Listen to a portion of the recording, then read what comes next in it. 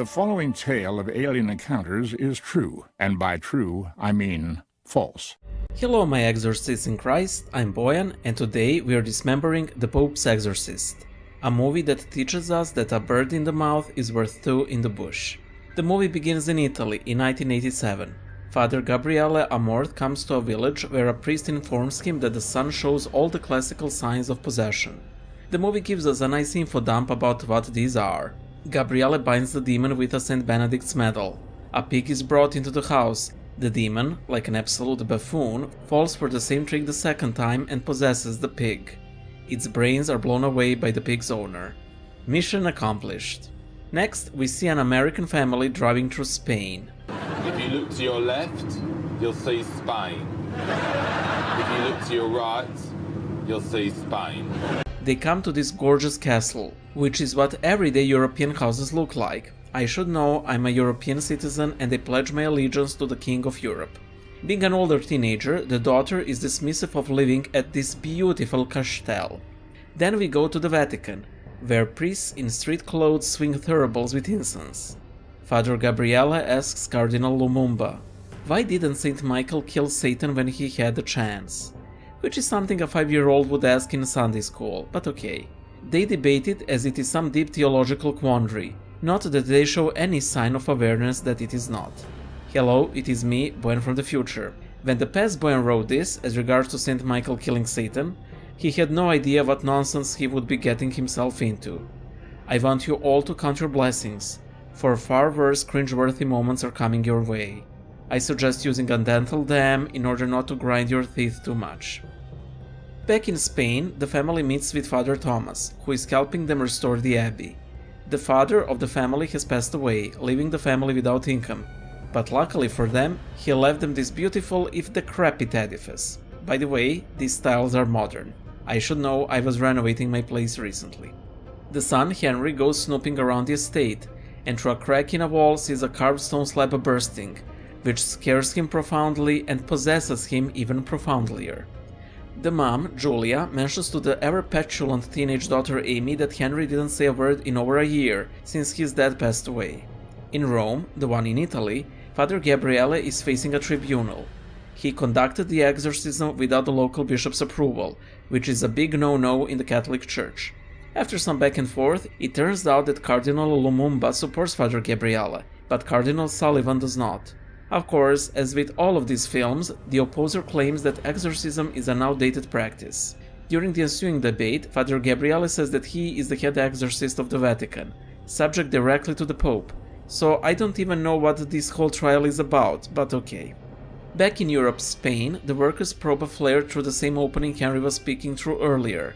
A gas explosion sends them both off to a hospital. The rest of the workers also leave. Henry goes into a seizure. Once he comes to, he starts speaking for the first time in a year, just to tell the two women that they will die, and then he proceeds to claw at his face. At the hospital, everything seems to be fine, well, except for the workers who were wounded in the explosion. Julia is recommended to go to a psychiatrist because the child not speaking for over a year was not an indication enough. She's also given some sedatives in the case Henry starts acting up again. Speaking of him acting up again, back at the abbey, Henry starts feeling his mother up, accusing her of never breastfeeding him and telling her to call the priest. Father Thomas arrives but is propelled from the room, crashing into an armoire opposite the door. Back in Europe's Vatican, Father Amorth visits his boss, who happens to be the titular pope from the movie's title. The pope mentions a great evil in the abbey which gave problems to the church before, and that the boy's possession is advancing quickly. He also mentions 200 fallen angels, which is interesting. I wasn't aware of any census among demons, at least one relate to humans. There is this hilarious montage of Father Gabriele researching the info, together with the band Gregorian in the background. Their cowls are drawn outside of a liturgical service. Indoors! I mean, who has their cowls drawn indoors? The same people who wear sunglasses indoors, that's who. Gabriele goes to the Europe, Spain. While going through his vampire hunting kit, he is approached by Father Thomas, who does not seem at all perturbed by being thrown by an 8-year-old. They come to meet Julie and Amy, and the two priests go upstairs. Oh no, a hanging crucifix in an exorcism movie. I pitied, they never last very long before being desecrated. Father Gabriele again takes out his St. Benedict's medal, and Henry gets an additional pair of irises. They have a back and forth, typical of exorcism movies, and the demon causes the hung crucifix to fall from the wall. I have to praise the movie, I was half expecting it to go upside down. The demon shows Gabriele his nightmares, the time when he was in the partisans and was shot by a German soldier.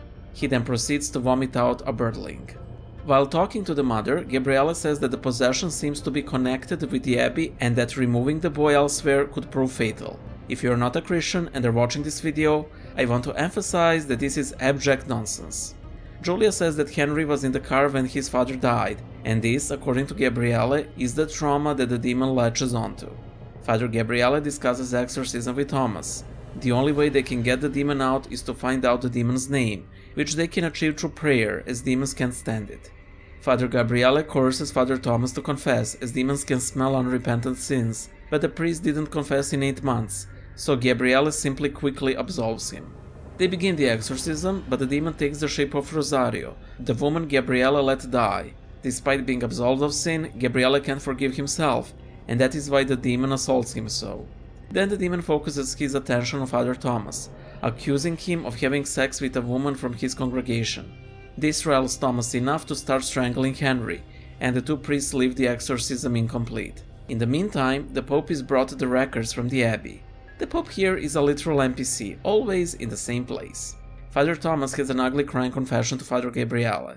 He was in love with a girl and she wanted him to leave the priesthood, but he had no intention of doing so. Father Gabriele gives Father Thomas a prayer book so he can repeat a certain prayer over and over, but in Latin. Gabriele claims that prayer is more powerful in Latin, which is Class A hazardous nonsense and a heresy called trilingualism. I will probably make a video about this, since this is a claim given by the real-life Gabriele Amorth. In any case, Father Gabriele recalls that the demon said that he took the bait. He leaves Father Thomas to pray in front of the possessed boy's room, while he goes out to the courtyard to check on something. He removes the vines from the well and sees the Vatican's emblem on the cover. He removes the cover. In the meantime, no, movie, no, don't go the nuns route. No, the hang crucifixes can't do that. They're not hung in the middle of the bar. In any case, 3 things happen while Father Gabriele is away. Julia is caressed by this hand, which drags her through her bed. Amy is thrown from her bed, she hides in her closet, but is again dragged through the floor. As for Father Thomas, he enters Henry's room and, like an absolute buffoon, he draws near to the boy's face. Henry pounces on him and Father Thomas's ear gets trumped. Father Gabriele throws a flaming napkin down the well, which shows a lot of skulls lining the walls, which is idiotic beyond description. You don't bury people where you drink water. The napkin lights the residual gas, leading to quite a blast. He returns inside to see total chaos. First, he goes to Julia's room to save her from the deathbed, the bed that eats. I can't believe the things I'm putting into the script right now. Then they save Amy, and Father Thomas takes the 2 women in the Abbey chapel. In the meantime, in the Europe's Vatican, the Pope, in the same chapel he is always to be found, reads the records of the Abbey. They have all been redacted, with the inscription in Le Latin Sacre that says, "Our sins will seek us out," which is a recurring sentence in the movie. By the way, I love how they had ample time and will amidst their horrific traumas to set up the candles here. The 2 priests go to the well, and at the bottom they see the coat of arms of the Spanish Inquisition, which Gabriele calls the darkest period in the history of the Church. Let's put a pin on that one, shall we? From that claim, he quickly concludes that the skulls are the victims who didn't convert, even though they just as easily could have been the monks who lived there. They smash the wall in the basement and they enter the secret underground dungeon. This next segment is so ridiculous that I had trouble following. The man in the cage is an inquisitor who was left to die. The exorcism over him failed. While all of this is happening, Pope Amorth finds a secret letter in the records of the Abbey, which claims that all the efforts at exorcism have failed and that the devil owns the place now. For some reason or another, this causes such a shock to the Pope that he faints. He's taken to the hospital, but before he can warn the 2 cardinals from the beginning of the movie, he blood sprays Cardinal Sullivan. The 2 priests find a key to the basement gate in the corpse's stomach. It leads to a cave where the gases are getting stronger, which Gabriele comments that they are getting closer to hell. In an underground chamber, they see a withered corpse of a friar, who luckily has his Inquisition handbook in his bag, where it says that during the exorcism of a monk, the exorcist became possessed and went on to convince Queen Isabella to start the Spanish Inquisition, meaning that everything that happened then was due to the work of the devil. I swear I can't with this movie. So essentially the Vatican tried to cover it up. Father Gabriele realizes that the Vatican must have sealed the place off to conceal the truth, while Father Thomas concludes that the construction workers must have released the demon. They also repeat the recurring sentence, "Your sins will seek you out," because the devil really likes foreshadowing and leaving little clues for bored onlookers. They find a map and, quoting Revelation, they, bear with me, realize that the devil is seeking out his 200 fallen angels across the world in order to destroy the church. We've gone from horror to fantasy to Heroes of Might and Magic 3 real quick here. Julia takes the sedative given to her earlier, and again, like an idiot, she goes to her son's room, knowing that he can literally toss people around. Amy is there, also possessed, but the demon gets bored of taunting and starts throwing Julia and Amy across the room. Julia manages to sedate Henry, and he's bound to the bed frame. Luckily for the two of them, the priests conveniently find the name of the demon in the monstrous manual: Asmodeus, King of Hell. This begs the question of why the earlier exorcist failed at exorcising him, and, spoiler warning, it will remain unanswered. In any case, the priests realize that the demon wants Father Gabriele specifically because he feeds on exorcists, and what better morsel than the Pope's exorcist himself.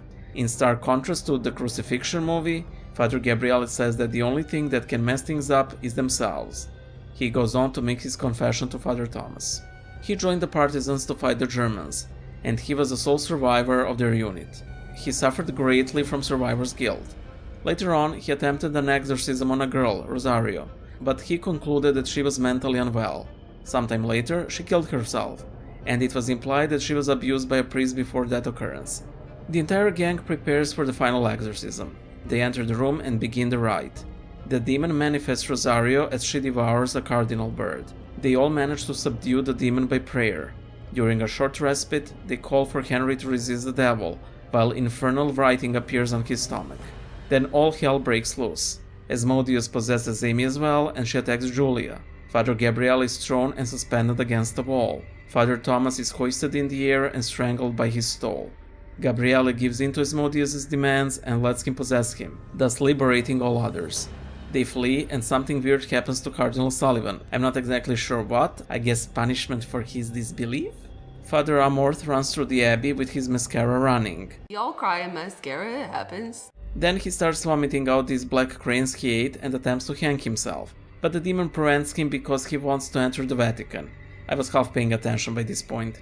Then Gabriele goes through a flock of cardinals, symbolism, runs to the underground cave, and Virgin Mary appears to him. Psych, it's Rosario to torment him further. Father Thomas returns to save him and finds Gabriele seated in the stead of the abbot. They have a typical exorcist-patient dialogue, and the whole scene goes full Warhammer. Apparitions of Rosario and Thomas's mistresses appear and start choking their respective targets, but Thomas destroys his apparition with a crucifix. He throws it to Gabriele, who likewise destroys his demon, and they start praying, and the demon falls in hell by literally turning the little cave lake into the portal to hell. You know, while they were shooting this, even without the CGI, did anyone dare ask themselves, are we doing something extraordinarily silly and stupid right now? Because to me it doesn't seem like they did. So anyway, they defeat Asmodeus, the Pope resumes his permanent post in this chapel specifically, Cardinal Sullivan has gone on a sabbatical, and the new leader of the Congregation for Doctrine and Cringe is the good Cardinal Lumumba. Turns out they have brought all the items from the Abbey, exorcised them, and plan on using that map to go throughout the world to exorcise the remaining 199 fallen angels, so we know how many sequels we can count on. Gabriele remarks that it is a task far too daunting for a single priest, and this is basically a buddy cop movie by now with supernatural elements. Then the best part of the movie starts, the list of people who need to be excommunicated by the Catholic Church. Okay, so the pros of the movie. The performances are okay, with Russell Crowe being rather good. The cinematography is absolutely stunning, especially when they pan the scenery and landscapes. On occasion, they even share good spiritual advice. Cons, literally everything else. Like a lot of exorcism movies, the power of God needs to be subdued while the devil is made stronger. However, in this case, we go full epic fantasy. what good spiritual advice is to be had is quickly drowned by complete nonsense invented for the sole purpose of ranking up the danger for the characters. Gabriela mentions the Spanish Inquisition as the darkest time of the Church, which is sort of like saying that Christopher Columbus wanted to start his voyage to prove that Earth isn't flat. It is history believed by 10-year-olds, and not by actual historians. There is a lot of material on why the Spanish Inquisition came to be. I'm not saying it wasn't brutal or horrible, but it is far-fetched to call it the worst thing ever. There is a plethora of material out there to be researched. The biggest issue with the movie is how contradictory it is. According to the movie, the Spanish Inquisition was directly inspired by Satan. But if Satan is as powerful as this movie claims, shouldn't every country have its own dedicated Inquisition to root out witchcraft and devil worship? I mean, with some tweaks here or there, the existence of such an institution would be practically mandatory. In the end, this movie simply profits from and abuses the name of Father Gabriele Amorth, a great disservice to the man who dedicated his life to his church and fighting the devil. Want to know what to watch next? Watch my dismemberments of the Nun 2 and the Crucifixion. They are just as bad, but in different ways, and definitely not as beautiful. Bye!